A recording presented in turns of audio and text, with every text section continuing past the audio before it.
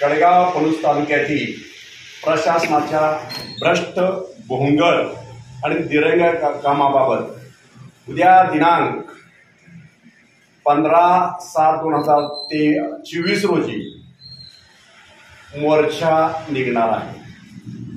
कारण कडेगाव तालुक्यामध्ये 3 ते 4 तलाठी, 2 सर्कल आणि 1 नायब तहसीलदार पैसे घेताना रंगेहात सापडले।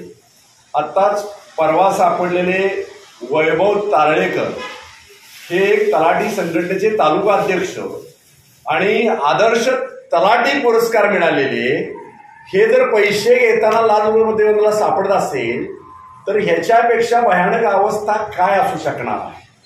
आणि अशा ह्या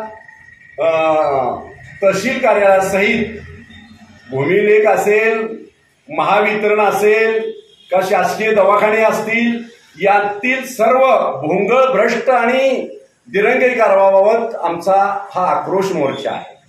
आणि आक्रोश मोर्चाबाबत आम्ही जुना स्टँड ते शिवाजी चौक बस स्टँड असा आमचा मोर्चा निघणार आहे।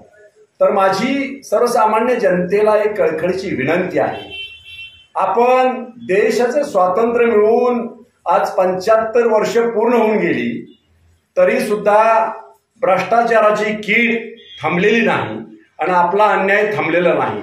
म्हणजे 150 वर्ष ब्रिटिशांनी राज्य केलं, ते राज्य संपून आज आमच्यावर आमचंच भारतातील हिंदुत्वाचं राज्य चालू आहे आणि हिंदूंचीच लूट आणि कत्तल करणारे हिंदूच बसलेले आहेत। याचा निषेध करण्यासाठी, याचा आक्रोश करण्यासाठी उद्याचा आमचा मोर्चा आहे। तर मोर्चात लोकांनी आपल्या न्यायासाठी, हक्कासाठी सामील व्हावं अशी माझी लोकांना कळकळीची विनंती आहे।